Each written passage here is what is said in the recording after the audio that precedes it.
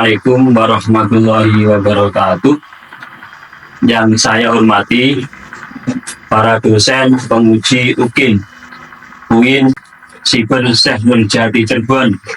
Perkenalkan, nama saya Muhammad Misbahul Khair sebagai guru fikih MTS Kus Al-Bukhari Sengon Tanjung Lebes, sekaligus mahasiswa PPG Daljab Kemenak batch 1 tahun 2025 Mapel Fikih LPTK UIN Siber Syekh Nurjati Cirebon.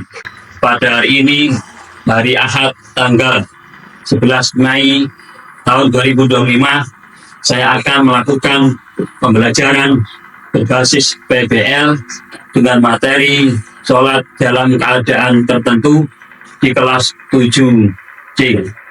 Assalamualaikum warahmatullahi wabarakatuh.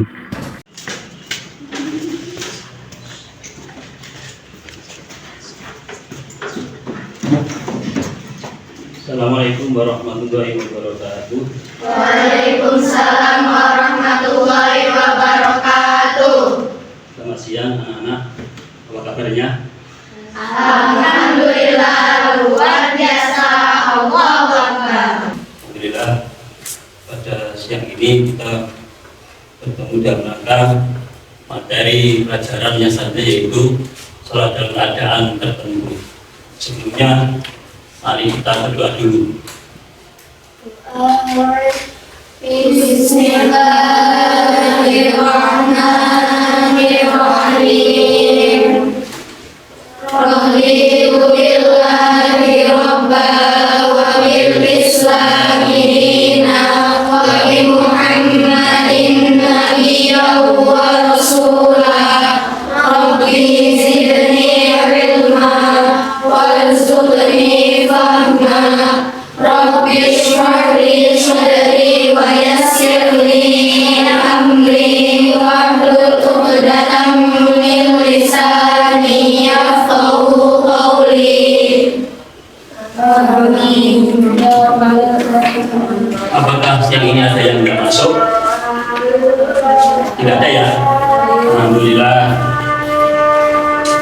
Apakah sudah siap untuk menerima pelajaran? Sebelumnya sedikit mengulang pelajaran yang kemarin. Siapa yang mengetahui tentang pengertian sholat? Ya, monggo.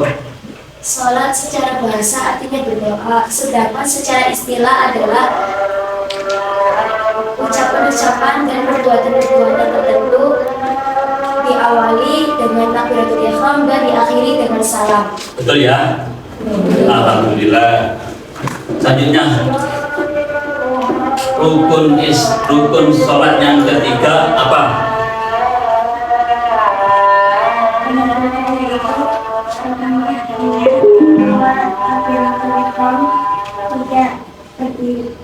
Berdiri.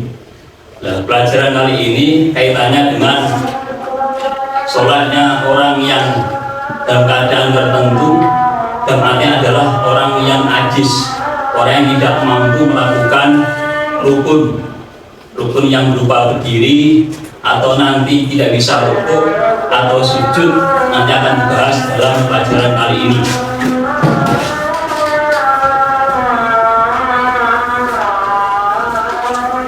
Dalam pelajaran ini, tujuan dalam belajar adalah satu, menjelaskan hukum dan tata cara sholat dalam kondisi khusus. Pada kali ini kita akan membahas, yaitu pembahasan yang kondisi sakit. Kedua, mempraktekkan sholat dalam keadaan sakit, perjalanan, dan ketakutan atau khauf dalam peperangan.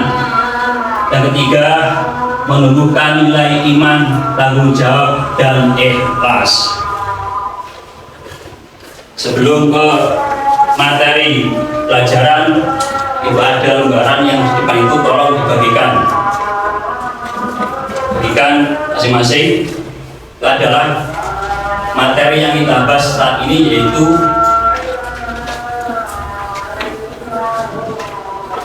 sholat dalam keadaan tertentu. Yang kali ini kita bahas dulu tentang kaitannya orang yang sakit. Untuk nanti yang dalam keadaan perjalanan dan keadaan ketakutan akan dibahas atau disampaikan pertemuan selanjutnya. Sudah semuanya mendapatkan? Pada intinya sholat itu adalah ibadah yang wajib dilakukan bagi setiap orang. Selama orang itu masih hidup, masih bernyawa, dalam keadaan apapun wajib melakukan sholat. Ketika sakit, ketika nggak mampu berdiri, maka dengan bisa andai kata dia bisa menggunakan alat bantu, semisal tongkat atau bersandar pada tembok, maka nanti bisa bersandar pada tembok atau tongkat itu. Ketika nggak mampu dengan cara berdiri, nanti dengan cara duduk, yaitu duduk dengan duduk seperti halnya duduk tasawuf awal, yaitu duduk iftirosh. Ketika nggak mampu dengan cara duduk, maka dengan cara tidur miring, yaitu sebagaimana tidurnya mayit yang berada di kuburan, dengan cara meletakkan bagian tubuh yang kanan menempel di lantai, berarti kepala berada di mana? Di utara, kaki berada di. Selama masih bisa dengan kondisi ini, yaitu kepala berada di utara, kok dia pindah kepala berada di selatan, maka hukumnya makruh, kecuali kalau ada penyebab yang menjadikan tidak bisa meletakkan tubuh bagian kanan menempel di lantai atau kepala berada di utara, maka memindah posisi bagian tubuh yang kiri menempel di tanah, maka tidak makruh hukumnya. Itu cara yang ketiga, yaitu dengan cara tidur miring. Ketika tidak mampu tidur miring, maka dengan cara tidur terlentang, yaitu posisi kepala berada di timur, kaki berada di barat, agar nanti wajah itu bisa menghadap ke kiblat. Maka perlu kita bantu kepala dipakai bantal agar nanti kepala itu menghadap ke kiblat. Selanjutnya, ketika tidak mampu dengan itu, dengan isyarat ke kepala, ketika tidak bisa melakukan tadi ruku, sujud dan seterusnya, maka menggunakan isyarat kepala. Untuk isyarat untuk ruku itu lebih atas daripada isyarat untuk sujud. Jadi kalau orang itu tidak bisa melakukan ruku semestinya, maka dengan cara menggunakan isyarat menunjukkan ke kepala. Itu baik tadi sholat dengan cara duduk, tidur miring, atau tidur. Ketika tidak mampu dengan isyarat, maka sholat cukup dilakukan dengan cara di hati, dengan isyarat di hati dan dengan ke mata. Itu caranya. Itu cara yang dilakukan ketika kondisi tertentu yang tidak bisa melakukan sholat semestinya. Selanjutnya, untuk menunjang materi ini, mari kita tonton video yang berkaitan dengan kasus ini. Perhatikan nanti agar ketika diskusi bisa mencari solusinya permasalahan yang terjadi pada kita semuanya. Assalamualaikum Assalamualaikum warahmatullahi wabarakatuh. Selamat datang di tutorial Islami persembahan dari channel Link Production. Kali ini kita akan membahas tentang sholatul ajiz atau sholatnya orang yang tidak mampu berdiri. Pada dasarnya sholat fardu itu harus dilaksanakan dengan cara berdiri. Lalu bagaimana jika ada seseorang yang tidak mampu sholat dengan cara berdiri? Ada beberapa tingkatan atau level sholatnya orang yang tidak mampu berdiri. Apabila dia kekurangan kemampuan untuk berdiri sendiri, maka dia diperbolehkan untuk berdiri menggunakan alat bantu seperti tongkat atau berdiri dengan kedua kaki. Jika seseorang benar-benar tidak mampu sholat dengan cara berdiri, maka dia diperbolehkan untuk sholat sambil duduk dengan cara apapun. Tetapi yang lebih utama adalah dengan cara duduk istirosh, kemudian duduk tawarruk, duduk tawarruk, duduk tandil, bahkan dia juga diperbolehkan sholat sambil duduk di atas kursi. Sebenarnya antara sholat dengan berdiri dan juga sholat dengan duduk ini perbedaannya tidak terlalu signifikan. Yang membedakan hanyalah ketika duduk dan juga sujud. Ketika seseorang melaksanakan sholat dengan cara duduk, maka rukuknya adalah dengan cara menundukkan kepalanya hingga sejajar dengan lutut. Untuk sujudnya, ketika dia masih mampu melaksanakan sujud seperti umumnya, maka dia diwajibkan melaksanakan sujud seperti umumnya.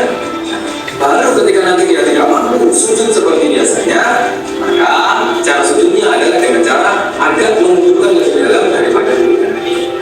Nah, selesai sudah pembahasan kita tentang sholat dengan cara duduk. Lalu bagaimana ketika seseorang tidak bisa melaksanakan sholat dengan duduk? Jika seseorang tidak mampu sholat dengan duduk, maka sholatnya ini dengan cara tidur miring ke kanan dengan menghadapkan wajah dan juga badannya ke arah kiblat. Ada sedikit catatan, dimakruhkan orang sholat dengan mengiringkan badannya ke kiri kecuali ada bukti. Kemudian rukuk dan sujudnya bagaimana? Rukuk dan sujudnya ini digantikan dengan isyarat menundukkan kepala. Ketika rukuk berarti agak menundukkan kepala, dan ketika sujud berarti menundukkan kepalanya agak lebih dalam. Lalu bagaimana jika seseorang tidak mampu melaksanakan sholat dengan tidur miring? Maka dia diwajibkan sholat dengan cara tidur terlentang. Yang harus kita perhatikan adalah ketika sholat dengan keadaan terlentang, maka yang wajib dihadapkan ke kiblat adalah telapak kaki dan juga wajah. Nah, di posisi seperti ini maka diwajibkan bagi dia untuk meletakkan bantal atau semacamnya di belakang kepala supaya wajahnya menghadap ke kiblat. Untuk rukuk dan sujudnya ini sama seperti ketika sholat dengan keadaan tidur miring. Ketika dia tidak mampu menundukkan kepala, maka isyaratnya diganti dengan kedipaan mata. Apabila sudah tidak mampu sama sekali, dia masih diwajibkan melaksanakan sholat dengan cara isyarat tadi. Intinya apa sih? Selama kita masih mempunyai akal yang sehat, maka kita masih diwajibkan untuk melaksanakan sholat dengan apapun caranya. Ditanyakan ya, selanjutnya ini ada beberapa masalah, tolong dipecahkan di dalam kelompok dan nanti setelahnya didiskusikan. Nanti ada kelompok itu saya tunjuk untuk mengadakan presentasi. Siap? Siap. Monggo dibentuk kelompoknya.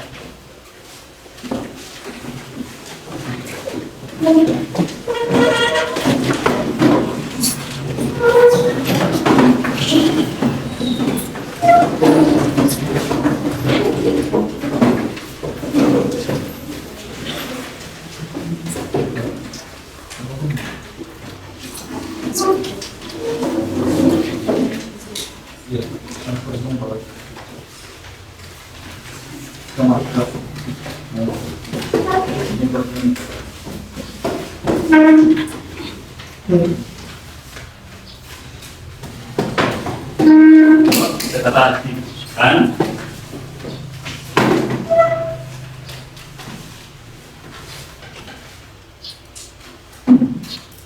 yang teliti dalam memahami masalah akan nanti menghasilkan hasil yang terbaik.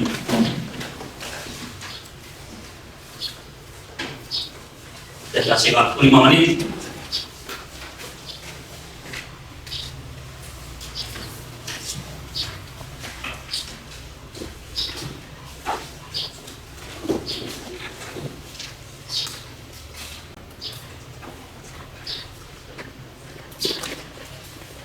Apa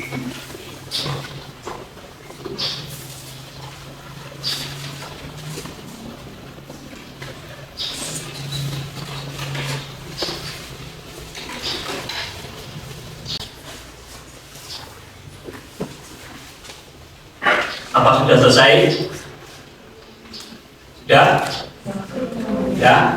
Alhamdulillah. Ya duduk ya. Kelompok 1 untuk menyampaikan hasil diskusi. Monggo maju ke depan. Yang lain memperhatikan.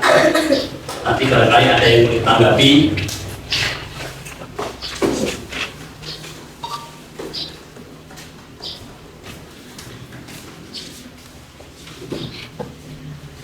Ikuti. Dibacakan dulu apa masalahnya. Assalamualaikum warahmatullahi wabarakatuh. Waalaikumsalam warahmatullahi wabarakatuh. Kami dari kelompok 1 akan mempresentasikan hasil diskusi kami. Dengan menjelaskan bagaimana cara sholat bagi orang sakit yang masih mampu berdiri dengan bantuan alat seperti tongkat atau berpegangan pada dada. Jadi, sholatnya berdiri dengan alat bantu tersebut. Sedangkan untuk rukuk, sujud, dan rukuk kalau masih bisa dilakukan dengan sesuai dengan ketentuan, maka dilakukan sesuai dengan ketentuannya. Kalau tidak bisa, maka dengan cara isyarat menundukkan kepala dengan ketentuan isyarat sujud lebih rendah daripada isyarat sujud. Itu hasil diskusi dari kelompok 1. Barangkali ada yang mau menanggapi. Silakan ya. Bagaimana dengan bacaan-bacaan yang sholat? Masih tetap sama. Bacaannya tetap sama seperti biasanya. Dan yang lain tidak ada. Alhamdulillah pada diskusi ini kita sudah selesai. Dari situ kita perlu mendalami dalam mempelajari ilmu agama. Dan ini adalah kaitannya dengan sholatnya orang yang sakit, tidak mampu berdiri. Kalau masih bisa dengan bersandar, bersandar.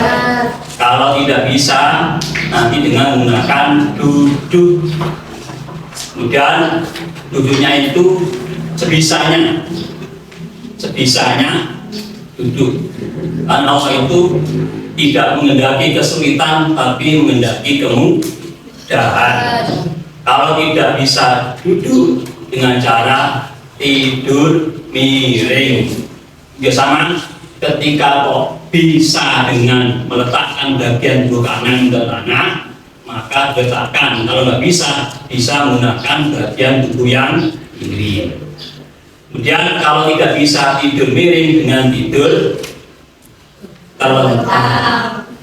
Tadinya kalau tidak bisa apa-apa, maka sholatnya dihadiri. Ya. Untuk menguatkan materi ini, tolong besok dikerjakan di LKS halaman 35. Dikumpulkan nanti untuk mengevaluasi bagaimana pemahaman sampean kalian dengan materi kali ini. Semoga kita dalam mencari ilmu diparingi barokah, mendapatkan ilmu manfaat, mendapatkan ridho para guru kita. Al-Fatihah. Bismillahirrahmanirrahim. Alhamdulillahirabbil alamin. Ar-Rahmanir Rahim. Maliki yaumiddin. Iyyaka na'budu wa iyyaka nasta'in. Ihdinas siratal mustaqim. Siratal ladzina an'amta 'alaihim ghairil maghdubi 'alaihim waladdallin. Sekian. Semoga kita sehat, nanti bisa mendalami materi selanjutnya. Assalamualaikum warahmatullahi wabarakatuh. Waalaikumsalam.